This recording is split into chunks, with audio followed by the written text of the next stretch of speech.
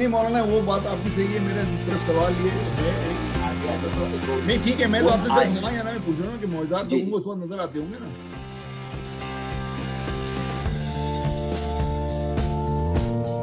نہیں تو اب ہمارے زمانے میں کیا معجزہ ہے؟ ہماری کیا خطا ہے؟ ہمارے زمانے میں ہمارے زمانے میں اس وقت کیا معجزہ ہے؟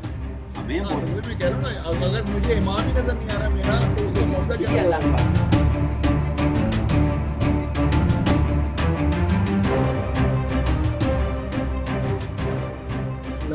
السلام علیکم ناظرین، خواتین حضرات، میرا نام محمد اکبر ہے اور باب العلم ایجوکیشن سوسائٹی وینکوور کینیڈا کی جانب سے آپ کی خدمت میں ایک مرتبہ پھر حاضر ہیں ڈسکشن ود پروفیسر سید ناصر حسین ہاشمی صاحب کا پروگرام لے کر. گزشتہ کچھ ہفتوں سے مولانا صاحب کی طبیعت ناساز تھی، جس کی وجہ سے کچھ ہفتوں تک یہ پروگرام کا سلسلہ جاری نہیں رہ سکا، لیکن اب ماشاءاللہ مولانا صاحب الحمدللہ پوری طرح صحتیاب ہو گئے ہیں اور ہم یہ پروگرام آج انشاءاللہ کریں گے. لیکن پروگرام شروع کرنے سے پہلے میں ایک بات آپ حضرات سے کرنا چاہتا ہوں، اور وہ یہ کہ ہمارے اس پروگرام کا مقصد یہ ہے کہ جو بھی سوال انسانی ذہن میں آ سکتا ہے، جو بھی اختراع شیطان ہمارے ذہن میں پیدا کر سکتا ہے اللہ کے بارے میں، رسول کے بارے میں، ائمہ کے بارے میں، یا نظام کائنات اللہ میاں جس طرح چلا رہا ہے، اس پہ جو بھی اعتراض ہمارے دماغ میں آ سکتا ہے، الحمدللہ ہمارے پاس ایسا با علم عالم موجود ہے کہ ہم وہ کوئی بھی سوال، کسی طرح کا بھی سوال مولانا صاحب سے اپنے کر سکتے ہیں، اور مولانا صاحب ماشاءاللہ ہر سوال کا جواب سیر حاصل اور اطمینان بخش جواب دیتے ہیں. تو اس وجہ سے ہم جو بھی میرے خاص طور پہ میرے دماغ میں، شیطانی دماغ میں جو بھی سوال آتا ہے وہ میں مولانا صاحب سے بغیر جھجکے ہوئے کر لیتا ہوں، چاہے وہ سوال جتنا بھی نامناسب لگے سننے والوں کو. لیکن میرے ذہن میں، اگر ہمارے ذہن میں کوئی شک و شبہ ہے تو وہ دور ہو جائے، وہ زیادہ بہتر ہے بجائے اس کے کہ شک و شبے کے ساتھ زندگی گزارتے رہے. تو اب میں گزارش کروں گا مولانا صاحب سے کہ اپنی گفتگو کا آغاز کریں. سلسلہ امامت کے اوپر ہماری گفتگو جاری ہے اور مولانا صاحب انشاءاللہ اپنی گفتگو جاری کریں گے، رکھیں گے امامت کے موضوع پہ. جی بسم اللہ مولانا. یعنی پروردگار عالم کے وجود سے ہی ہر شے باقی ہے. یہ گفتگو ہم نے کی تھی اور اس کی ایک مثال بھی سولر سسٹم کے حساب سے دی تھی، جو کہ ظاہر ہے کہ اللہ کے اوپر 100% تو منطبق نہیں ہوتی، لیکن صرف یہ ہوتا ہے کہ ہم ایک بات جو سمجھانا چاہتے ہیں وہ سمجھ میں آ جاتی ہے. تو بہرحال صورت یہ تھی کہ انسان جو ہے وہ کیونکہ اللہ کی ایک ایسی مخلوق ہے کہ جسے پروردگار عالم نے خاص طور سے اپنے لیے خلق کیا. اپنے لیے خلق کرنے کا مطلب یہ کہ اپنے تقرب کے لیے خلق کیا، اپنے انعامات کے لیے خلق کیا. تو اصل میں انسان دار آخرت کی مخلوق ہے، دنیا میں صرف آزمائش کے لیے آتا ہے، اور دار آزمائش میں اس کا کام یہ ہے کہ وہ اپنے تعلق کو، اپنے وجود کو اللہ سے اتنا قریب کر لے کہ اس آخرت کی زندگی کو گزارنے کے قابل ہو جائے جس کے لیے اللہ نے دعوت دی ہے اور فرمایا ہے کہ واللہ یدعو الی دار السلام ویہدی من یشاء الی صراط مستقیم. تو اللہ سلامتی کے گھر کی دعوت دیتا ہے، اور سلامتی کے گھر کی دعوت دینے کا مطلب زبانی کلامی دعوت نہیں ہے، بلکہ اس نے یہ انتظام ہدایت قائم کیا ہے کہ دنیا میں انسان تقرب کی وہ منزلیں طے کرتا رہے کہ اس مقام ہدف تک پہنچ جائے کہ جہاں پہنچنے کے بعد آخرت کی زندگی کے قابل بن جائے. اور آخرت کی زندگی جو ہے وہ بقا ہی بقا ہے، شعور ہی شعور ہے، اختیار ہی اختیار ہے، عقل ہی عقل ہے. تو وہاں کے قابل بنانے کے لیے دنیا میں انسان کو بھیجا گیا ہے، اور اس کے لیے اللہ نے ہادیان برحق کو دنیا میں انسان کی ہدایت اور رہنمائی کے لیے بھیجا ہے. تو اب کیونکہ انسان کا ہدف یہ ہے کہ وہ بارگاہ خداوندی میں اتنا مقرب ہو جائے کہ اس کے اندر پروردگار عالم کی صفات اور اسماء حسنہ کی قبولیت کی صلاحیت اور ملکہ اتنا بڑھ جائے کہ اس کے وجود میں ارتقاء پیدا ہو جائے، اس کے وجود میں کمال پیدا ہو جائے. اور یہی وہ کمال اور اس کے وجود کا ارتقاء ہے کہ جس کے لیے اللہ نے دنیا میں انسان کو بھیجا ہے۔ تو یہ گفتگو ہماری چل رہی تھی۔ اب وہ انسان کے جو دنیا میں اللہ سے ایسا تقرب حاصل کر لے کہ اس کے اندر قوت ارادی جو ہے وہ اتنی بڑھ جائے کہ جتنی عالم آخرت میں ہونا چاہیے یا اس کے قریب ترین ہو جائے۔ اب دیکھیے دنیا میں انسان زندگی گزار رہا ہے تو اللہ نے ہمارے اندر یہ صلاحیت دی ہے کہ ہم جس چیز کا بھی تصور کرتے ہیں اس کی ایک تصویر ہمارے پردہ ذہن پر آ جاتی ہے۔ اگر ہم نے کہا شیر تو ہمارے پردہ ذہن پر شیر کی تصویر آ جاتی ہے، اگر ہم نے کہا باغ تو ہمارے پردہ ذہن پر باغ کی تصویر آ جاتی ہے۔ لیکن اگر ہماری یہ قوت ارادی اتنی مستحکم ہو جائے جیسی آخرت میں ہونا چاہیے، تو جب ہم کہیں گے جنت کا کوئی تصور کریں گے، وہاں اگر ہم کہیں گے سیب تو حقیقتاً سیب سامنے آ جائے گا، اگر ہم کہیں کھجور تو حقیقتاً کھجور سامنے آ جائے گی، یعنی وہ شے وجود پائے گی ہمارے ارادے سے۔ تو اب دنیا میں جن ہادیان برحق کو پروردگار عالم نے اس سفر کے طے کرنے کے لیے ہمارے پاس بھیجا ہے، ان کو بدرجہ اتم تقرب اور بدرجہ اتم مقام بندگی عطا کیا ہے، لہٰذا وہ ہمارے لیے نمونے ہیں۔ تو اب جب وہ نمونے ہیں تو ان کے اندر یہ صلاحیت ہونا لازمی ہے کہ وہ اگر عصا کے بارے میں یہ سوچیں کہ یہ اژدہا ہو جائے تو واقعی میں اژدہا ہو جائے، اگر قالین کے اوپر بنے ہوئے شیر کے بارے میں یہ تصور کریں کہ یہ شیر واقعی میں بن جائے تو وہ واقعی میں شیر بن جائے گا۔ اب یہ صلاحیت جو ہے وہ ان لوگوں کے لیے کہ جن میں ابھی یہ ملکہ پیدا نہیں ہوا ہے، عجائبات اور معجزات کی شکل میں نظر آتے ہیں، اور یہی عجائبات اور معجزات اور کرامات جو ہیں یہ ہماری گفتگو کا موضوع تھے۔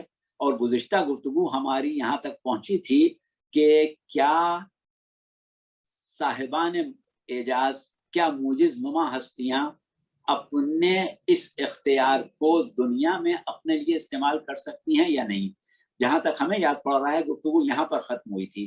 اب اس کے آگے آپ کو جو سوالات کرنا ہوں اور جو بات رہ گئی میں ذرا اس سے ایک قدم پیچھے جا کے میں آپ سے یہ پوچھنا چاہ رہا ہوں، سوال یہ ہے کہ کیا امام یا نبی کے لیے معجز نما ہونا ضروری ہے؟ کیونکہ 80% مسلمان جو ہیں وہ رسول خدا کو اپنے جیسا انسان سمجھتے ہیں، تو کیا ضروری ہے ہمارے امام کے لیے اور رسول کے لیے معجز نما ہونا؟ کیا یہ ثابت ہے؟ جی ہاں بالکل صحیح فرمایا آپ نے۔ بات یہ ہوتی ہے کہ امام یا نبی وسیع کوئی بھی پروردگار عالم کی طرف سے بھیجا ہوا ہادی برحق جو ہے اس کے لیے یہ ضروری ہے کہ وہ مقام استفاء پر ہو، وہ مقام بندگی کی اس اکمل کیفیت میں ہو کہ نمونہ بن جائے باقی لوگوں کو سیر تکامل طے کرنے کے لیے، وہ ایک مثال بن جائے۔ تو اب ظاہر ہے کہ دو باتیں ہو جاتی ہیں، ایک تو اس کے وجود میں کمال کی انتہا، اور دوسری یہ کہ پروردگار عالم نے اس کو ہمارے لیے ایک مثال کے طور پر بھیجا ہے، ہم اس کو نمونے کے طور پر دیکھتے ہیں، لہٰذا ہمیں پہلے یہ دیکھنا پڑتا ہے کہ وہ ذات جس کو بھی اللہ نے منتخب کیا ہو یا جس کو اللہ نے منصوص کیا ہو، اللہ پر خود یہ واجب ہوتا ہے کہ وہ اس کی حقانیت کا کوئی نہ کوئی ایسا ثبوت پیش کرے کہ جس سے اس کا دعویٰ جو ہے وہ سچ ثابت ہو جائے۔ تو اللہ کی طرف سے بھی ضروری ہے کہ اس کو صاحب اعجاز بنایا جائے، اور پھر اس کے وجود کے لیے ضروری ہے کہ وہ ایسا نمونہ ہو کہ وہ بارگاہ خداوندی میں اتنا تقرب حاصل کیے ہوئے ہو کہ جو اختیارات تکوینی پروردگار عالم کے تقرب کی وجہ سے انسان کے اندر پیدا ہوتے ہیں وہ اس کے اندر بدرجہ اتم موجود ہوں۔